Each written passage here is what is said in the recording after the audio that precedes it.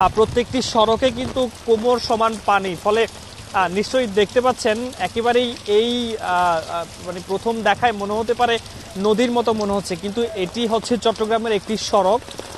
এখানে যে পরিমাণ বৃষ্টির কারণে প্রত্যেকটি সড়কে কিন্তু একই অবস্থা, এবং আমরা দেখেছি সকাল থেকে যে সমস্ত মানুষ ঘর থেকে বেরিয়েছেন অফিসে যাওয়ার জন্য, তারা কিন্তু এক প্রকার চরমে ভোগান্তিতে পড়ছেন। সড়কে কিন্তু গাড়ি নেই, ফলে এই বৃষ্টি হওয়ার কারণে যে কোনো সড়কে, প্রত্যেকটি সড়কে কিন্তু অনেক কম সংখ্যক যানবাহন রয়েছে, ফলে বেশ কিছু অটোরিকশা রয়েছে এবং সিএনজি রয়েছে, এগুলোতে করে মানুষ আসলে যাতায়াত করার চেষ্টা করছেন। তবে এই সুযোগে কিন্তু যারা চালক রয়েছেন তারা কিন্তু কয়েক গুণ বেশি দামে কিন্তু ভাড়া নিচ্ছেন যারা আসলে নগরবাসী রয়েছেন তাদের কাছ থেকে। তবে আমরা দেখেছি বেশ কিছু অটোরিকশাও কিন্তু যখন গাড়ি চলাচল করছিল তখন সড়কের মধ্যখানে গিয়ে আসলে এত বেশি বৃষ্টি, ফলে গাড়িগুলো কিন্তু একেবারে ডুবে গেছে। ফলে কোথাও কোথাও আমরা দেখেছি অধিকাংশ সড়কের মধ্যে অটোরিকশা সিএনজিগুলো কিন্তু স্টার্ট বন্ধ হয়ে যাচ্ছে, ফলে এরপরেই কিন্তু আসলে তাদের যে ভোগান্তি সেটি কিন্তু অনেক চরম। এখানে যে কয়েকটি দোকান রয়েছে সেই দোকানগুলোর মধ্যে কিন্তু এরই মধ্যে পানি ঢুকেছে, এবং দোকানগুলো ভেতরে পানি প্রবেশ করাতে তাদের যে ব্যবসা বাণিজ্যের ক্ষয়ক্ষতি সেটি কিন্তু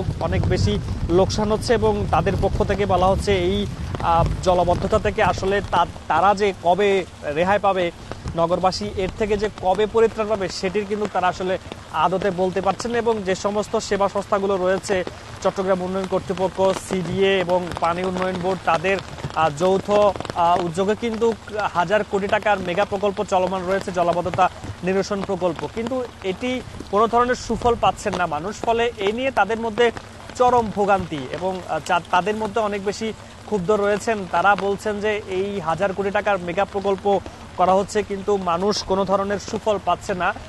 এ নিয়ে তাদের মধ্যে একটি মিশ্র প্রতিক্রিয়া রয়েছে। তারা বলছেন যে বছরের পর বছর মানুষকে শুধুমাত্র আশ্বাসই দিয়ে যান, কিন্তু এর প্রতিফলন কিন্তু তারা ঘটাতে পারছেন না, ফলে নগরবাসী কিন্তু তাদের থেকে আসলে মুখ ফিরিয়ে নিচ্ছেন। তারা বলছেন যে সেবা সংস্থাগুলো তাদের কোনো ধরনের টনক নড়ছে না, এবং মানুষ এই জলাবদ্ধতার কারণে কিন্তু চট্টগ্রামে বেশ কিছু আসলে নিহত হয়েছেন, যে পানিতে পড়ে, নালায় পড়ে, এই ঘটনাগুলো কিন্তু ঘটেছে। ফলে এই নিয়ে মানুষের মধ্যে যে পরিমাণ ক্ষুব্ধতা রয়েছে, তারা এটি নিয়ে আসলে এখন বলাই যায় তারা আসলে অনেক বেশি ক্ষুব্ধ।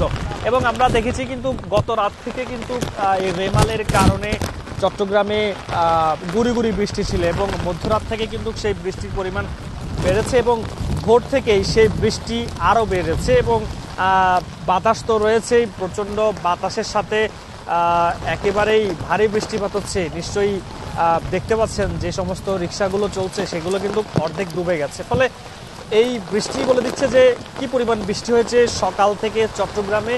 এর কারণে সবচেয়ে বেশি ভোগান্তিতে কিন্তু যারা অফিসগামী মানুষ রয়েছেন তারা সবচেয়ে বেশি ভোগান্তিতে রয়েছেন। তারা আসলে যারা বেরোচ্ছেন তারা কিন্তু গাড়িও পাচ্ছেন না সেভাবে, ফলে এটি একটি চরম ভোগান্তি।